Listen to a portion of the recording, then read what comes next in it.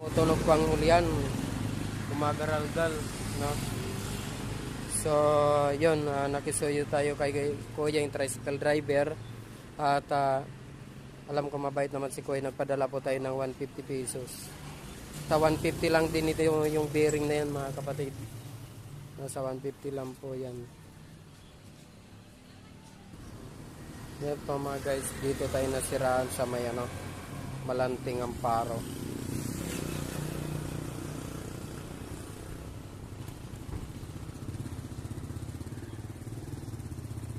Malayo po dito yung bilihan ng pisa ng motor.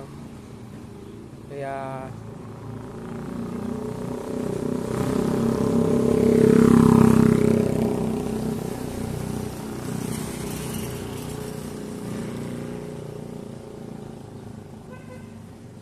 so pabalik na ata yun si Kuya.